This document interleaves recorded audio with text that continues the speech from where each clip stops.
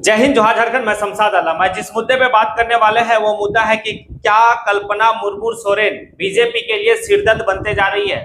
आप लोग इस वीडियो में अंत तक बने रहे, एक एक पॉइंट पे डिस्कस करेंगे और विस्तार रूप से डिस्कस करेंगे। चलिए चलते हैं और समझते हैं कि क्या वाकई में जो है कि कल्पना मुर्मू सोरेन जो है बीजेपी के लिए सिरदर्द बनते जा रही है। तो सबसे पहले हम लोग देखते हैं ये कि अभी जो हालिया में लोकसभा का चुनाव संपन्न हुआ है, झारखंड में लोकसभा का जब चुनाव जो है कि हो रहा था तो उस समय ये देखा गया कि बीजेपी किस तरह से दुमका सीट पर खेला खेलने का प्रयास किया। पहले जो है कि दुमका लोकसभा सीट पर जो कैंडिडेट का नाम का घोषणा हुआ था वो सुनील सोरेन था। उसके बाद सुनील सोरेन का नाम जो है कि काट दिया जाता है, फिर जो है उससे टिकट वापस ले लिया जाता है और सीता सोरेन को टिकट दिया जाता है। सीता सोरेन आखिर कौन है? सीता सोरेन जो है कि सोरेन फैमिली का यानी कि शिबू सोरेन की बड़ी बहू। शिबू सोरेन की बड़ी बहू को अपने पाले में लाकर बीजेपी इस बात को समझा कि हो सकता है कि सोरेन फैमिली है उसको तोड़ दिया जाए, क्योंकि एक तरफ जो है कि बाबा शिबू सोरेन वो बीमार चल रहे हैं, वो अस्वस्थ रहते हैं। एक तरफ ये है कि भाई कि पूर्व मुख्यमंत्री हेमंत सोरेन किसी मामले को लेकर जो है कि जेल में बंद है, अब उनके पास है कौन। अब ऐसे कंडीशन में जो है कि एक सोरेन फैमिली से एक कद्दावर नेत्री का उदय होता है और वो नेत्री है कल्पना मुर्मू सोरेन, जो पिछले 4 महीना पहले जो है कि राजनीति में कदम रखती है और इस कदम रखने के बाद जिस तरह से पूरे झारखंड और हिंदुस्तान में हलचल मचाई, ये साबित कर दिया कि वाकई में जो है कि बीजेपी के लिए सिरदर्द झारखंड में बनते जा रही है। क्योंकि बीजेपी को यह लग रहा था कि सीता सोरेन को हम टिकट दिए, सीता सोरेन दुमका का सीट जो है कि निकाल लेगी, लेकिन कल्पना मुर्मू सोरेन का जिस तरह से चुनावी कैंपेन रहा, चुनावी स्ट्रेटेजी रहा, क्योंकि एक तरफ जो है कि कल्पना मुर्मू सोरेन खुद भी जो है कि गांडे उपचुनाव लड़ रही थी और उनको जो है कि दुमका सीट भी देखना था, क्योंकि दुमका सीट उनका अपना जो है सीट है, परंपरागत सीट है। लोगों को यह भी क्यास लगाया जा रहा था कि क्या यहां पर सोरेन फैमिली अपनी साख बचा पाएगी, और बीजेपी पूरा ताकत जो है कि सीता सोरेन के साथ लगा चुकी थी। सीता सोरेन जो है कि बीजेपी का टिकट से चुनाव लड़ रही है दुमका में और जेएमएम का टिकट से जो है नलिन सोरेन चुनाव लड़ रहे हैं। अब यहां पर जो है कि घमासान देखने को जबरदस्त तरीके से मिला और अंततः ये होता है कि जिस तरह से चुनावी कैंपेन जो है कल्पना मुर्मू सोरेन की, अंततः सीता सोरेन की हार होती है और जेएमएम की जीत होती है। तो यहां पर एक मास्टर स्ट्रोक हुआ कल्पना सोरेन के लिए। अब दूसरा यहां पर यह देखिए कि अब जो है कि आदिवासी वोट के लिए बीजेपी ने गीता कोड़ा को अपने पाला में ले लिया। गीता कोड़ा वही गीता कोड़ा जो पिछले बार 2019 में कांग्रेस से एमपी बनी थी, कांग्रेस की सांसद थी। इस बार जो है कि ऐन मौके पे कांग्रेस को छोड़कर बीजेपी का दामन थामती है। अब जहां से वो चुनाव लड़ रही थी, उसके जो विपक्ष में चुनाव लड़ रही थी वो जेएमएम का कैंडिडेट जोबा मांझी थी। अब वहां पे भी जो है कि कल्पना मुर्मू सोरेन के लिए एक चैलेंजिंग था कि आखिर किस तरह से हम अपने आदिवासी वोट को बचावें और वहां पर जो गीता कोड़ा को किस तरह से जो है कि हम डिफीट करें। और वाकई में कल्पना मुर्मू सोरेन की स्ट्रेटेजी, फिर वही चुनावी कैंपेन जिस तरह से वो दुमका में थी उसी तरह से वहां भी की गीता कोड़ा का लोकसभा क्षेत्र में, और वहां गीता कोड़ा भी पराजय हो गई। ये जो है कि कहीं ना कहीं इस बात को लगने लगा बीजेपी को कि अब जो है कि आदिवासी क्षेत्र में हमारी साख कमजोर होती जा रही है और दिन पर दिन कल्पना मुर्मू सोरेन की साख जो है ना कि मजबूत होते दिख रहा। अब इस बात को यह कहा गया कि जो 5 एसटी सीट था बीजेपी शून्य रहा, वहां पर जो है कि एक भी सीट बीजेपी नहीं निकाल पाया जो एसटी सीट था। उसके बाद आप ये देखेंगे कि पूरे लोकसभा चुनाव में जिस तरह से कल्पना मुर्मू सोरेन का हर लोकसभा क्षेत्र में जाके चुनाव कैंपेन करना, चुनावी सभा करना, चुनाव किस तरह से हमारा जो है कि क्या होगा, हम अगर जीतते हैं तो क्या करेंगे यहाँ की जनता के लिए, ये एक बहुत बड़ा उनके लिए वर्क था। अब दूसरा उनके लिए सबसे महत्वपूर्ण ये था कि वो भी गांडे उपचुनाव लड़ रही थी और गांडे उपचुनाव में जो है कि वो खुद भी कैंपेन कर रही है और तमाम सभी जगह में कैंपेन उनका चल रहा है।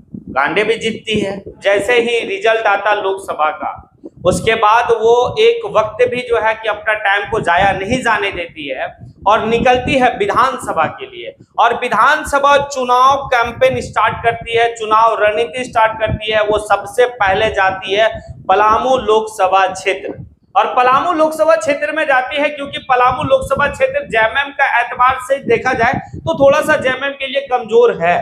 अब वो वहां पर ये चाह रही है कि हम अपनी जो है कि वहां पर संगठन को मजबूत करें, क्योंकि पलामू लोकसभा क्षेत्र में 6 विधानसभा क्षेत्र है। उस 6 विधानसभा क्षेत्र में मात्र एक विधानसभा में जेएमएम का जो है कि विधायक है वह मिथिलेश ठाकुर। उसके बाद जो है कि 4 बीजेपी के पास है, एक जो है कि एनसीपी के पास है।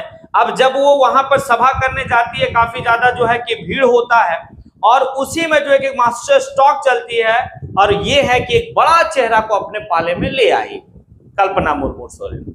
उसके बाद वहां से जो है कि अपना विधानसभा क्षेत्र जाती है, यानी कि गांडे। जब वो विधायक बने उसके बाद जो है कि गांडे पहली बार वो गई। जब गांडे गई तो उनका स्वागत जिस तरह से किया गया, मतलब देखा जा सकता है कि महिलाएं किस तरह से जो है कि उनकी स्वागत करती है, किस तरह से लोग जो कि फूल बरसाती है, सेल्फी लेती है।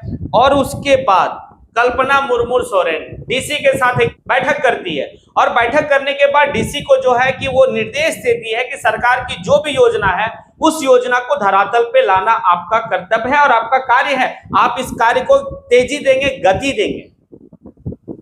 मतलब एक प्रशासक के रूप में कल्पना मुर्मू सोरेन बेहतर तरीके से अपनी भूमिका को निभा रही है।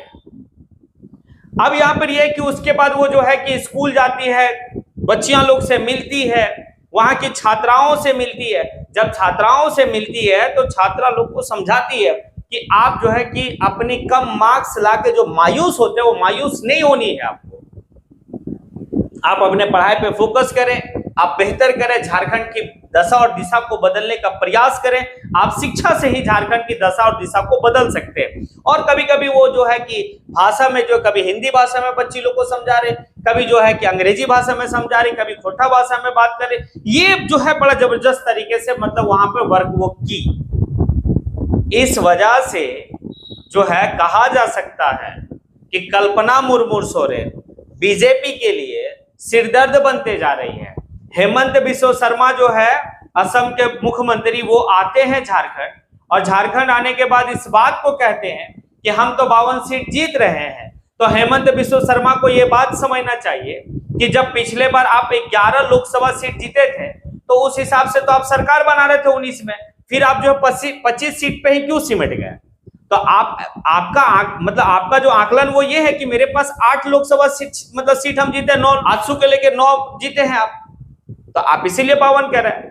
भाई लोकसभा की चुनाव की कुछ अलग महत्व है और विधानसभा की चुनाव की कुछ अलग महत्व है।